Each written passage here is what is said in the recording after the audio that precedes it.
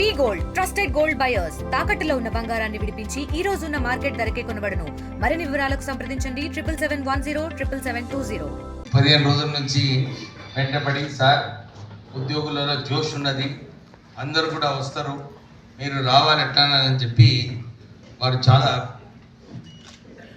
Pressure పెట్టడం జరిగింది. ఈరోజు విజయవాడలో మీటింగ్ ఉంది. వారు కూడా అక్కడ పొద్దున్న నుంచి ఒక 40 ఫోన్లు వచ్చినాయి. సార్ మీరు రావాలి, ఇక్కడికి చాలామంది వెయిట్ చేస్తున్నారు, ఆంధ్రాలో కూడా అందరూ కూడా మాలను ఐక్యత్యం చేసే అవసరం ఉన్నది, మీరు ఇక్కడికి వస్తే బాగుంటుందని చెప్పి చాలా ఫోన్లు రావడం జరిగింది. కానీ నేను నాగరాజు గారికి రిక్వెస్ట్ చేసినాను, సార్ మీరు పోండి అక్కడికి, నేను ఇక్కడ పోయి వస్తాను, ఎందుకంటే వాళ్ళు మొదలు టైం తీసుకున్నారు, వారికి మనం కూడా ఒక మెసేజ్ పంపించేది ఉంది, మీరు అక్కడ పోయి రండి అని చెప్పి నాగరాజు గారిని అక్కడ పంపించడం జరిగింది. వారు కూడా చాలా పొద్దున్న మళ్ళీ నాకు ఫోన్ చేశాడు, సార్ నువ్వు పో, నేను ఇక్కడ పోతా సంగారెడ్డికి అని చెప్పి నాగరాజు గారు మళ్ళా మైండ్ చేంజ్ చేసుకొని మళ్ళా ఆ అంశం తీసుకురావడం జరిగింది.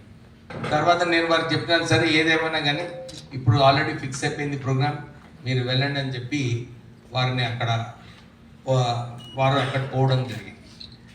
ఈరోజు నాకు 3 o'clock ఫ్లైట్ ఉండే ఢిల్లీకి, లక్కీలీ టికెట్ దొరకలేదు, అందు గురించి ఇంకా 2-3 స్పీచ్లు వినడానికి నాకు అవకాశం కలిగింది.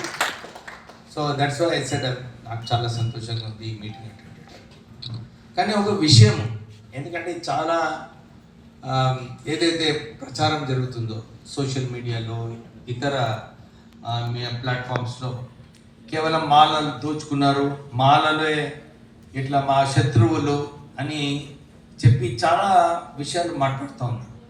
దాంతోపాటు లక్ష్మయ్య గారు చెప్పినట్టు నా పైన మా నాన్నగారి పైన విమర్శలు అంటే ఇష్టం వచ్చినట్టు విమర్శలు చేస్తున్నారు.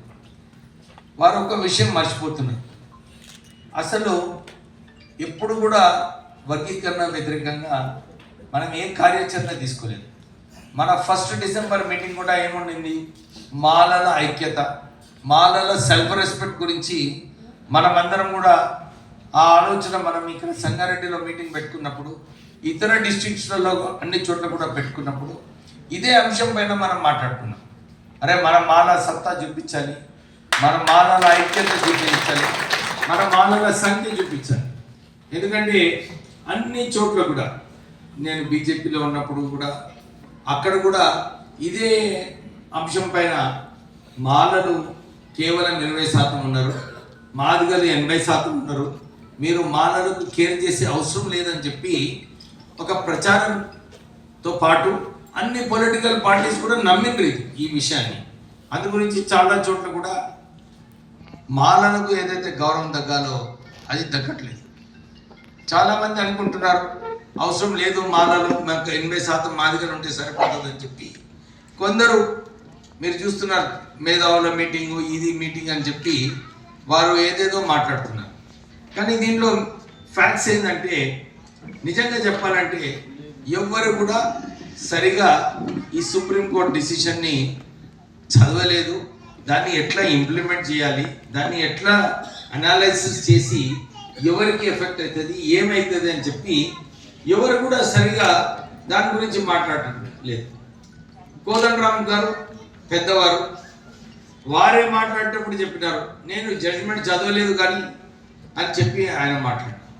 హరిగోపాల్ గారు పెద్దవారు, అందరూ మనం గౌరవం ఇస్తారు వారికి, వారి దగ్గర కూడా వెళ్ళినప్పుడు నేను ఇదే ప్రశ్నించినాను, సార్ ఎట్లా మీరు పోయి అక్కడ మీటింగ్ 1-sidedగా మాట్లాడుతున్నారు ఏంటి అని చెప్పినప్పుడు, కాదు వివేక్, నేను మందకృష్ణ మాదిగా బీజేపీకి పోతాడేమో, పోవద్దు అక్కడికి, అందరూ మాల మాదిగల గొడవలు అవుతాయి, ఈ గొడవలు కావద్దని చెప్పి నేను ఆ మీటింగ్కి పోవడం జరిగింది.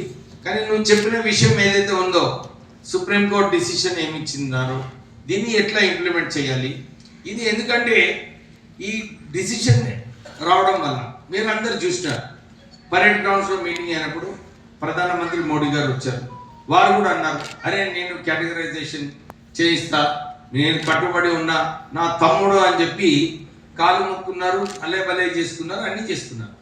సో ఆయన కూడా ఆ ఎలక్షన్లో అన్ని పార్టీస్లో ఉన్న ఎంఆర్పిఎస్ నాయకులకు అందరికీ కూడా ఆయన పిలుపునిచ్చినాడు. ఏమని ఇచ్చినాడు పిలుపు? ఏది ఏమైనా కానీ మీరందరూ మోడీకి, భారతీయ జనతా పార్టీకి ఓటేయమని చెప్పి ఆయన పిలుపునిచ్చినాడు. అంటే ఏమన్నమాట, ఆయన భారతీయ జనతా పార్టీలో చేరిక అయినా కాకుండా భారతీయ జనతా పార్టీకి సపోర్ట్ చేసినట్టు ఆయన స్పష్టంగా చెప్పడం జరిగింది. అవునా కదా? దానికన్నా ముందు కర్ణాటకలో ఎలక్షన్స్ అయ్యి, కర్ణాటక ఎలక్షన్ కూడా అక్కడ కూడా పోయి ఏ పార్టీకి మద్దతు ఇచ్చిండు ఆయన? భారతీయ జనతా పార్టీకి మద్దతు ఇచ్చిండు. భారతీయ జనతా పార్టీకి మద్దతు ఇచ్చిండు. మళ్ళా పార్లమెంట్ ఎలక్షన్లో అట్లనే చేసిండు. ఇక్కడ అందరినీ కూడా నేను ఎవరికి చెప్తే ఆయన భారతీయ జనతా పార్టీలో ఉన్నాడు, కాంగ్రెస్ పార్టీలో ఎవరికి టికెట్ ఇవ్వాలని చెప్పి ఆయన విమర్శలు చేస్తుంటాడు. ఇప్పుడు కూడా నేను ఇప్పుడు వచ్చేటప్పుడు ఇంకొక పాడ్కాస్ట్ చూస్తున్నాను అన్నమాట. రేవంత్ రెడ్డికి చెప్తున్నాడు, అరే బట్టి ఫ్యామిలీ, వెంకటస్వామి ఫ్యామిలీ వీళ్ళిద్దరు కూడా కాంగ్రెస్ పార్టీకి నష్టం చేస్తారు. ఆయనకు అవసరం ఏమున్నది? ఆయన భారతీయ జనతా పార్టీలో ఉన్నాడు, భారతీయ జనతా పార్టీని ప్రోత్సహిస్తున్నాడు. ఆయన పార్టీ గురించి మాట్లాడుకోవాలి. ఆయన ఏం చేయాలి? అలా పార్టీ మీద ఒత్తిడి తీసుకురావాలి. కానీ వేరే పార్టీలో పోయి మేము ఇట్లున్నాము, మీరు ఇట్లా చేయాలని చెప్పి ఈయన ఎవరు డైరెక్షన్స్ ఇవ్వడానికి, అదొకటి ప్రజలందరూ కూడా గమనిస్తున్నారు. మరిన్ని వీడియోస్ కోసం ఛానల్ ని సబ్స్క్రైబ్ చేయండి. లేటెస్ట్ అప్డేట్స్ కోసం వాట్సాప్ ఛానల్ ని ఫాలో అవ్వండి. ఆ లింక్ డిస్క్రిప్షన్ లో ఉంది.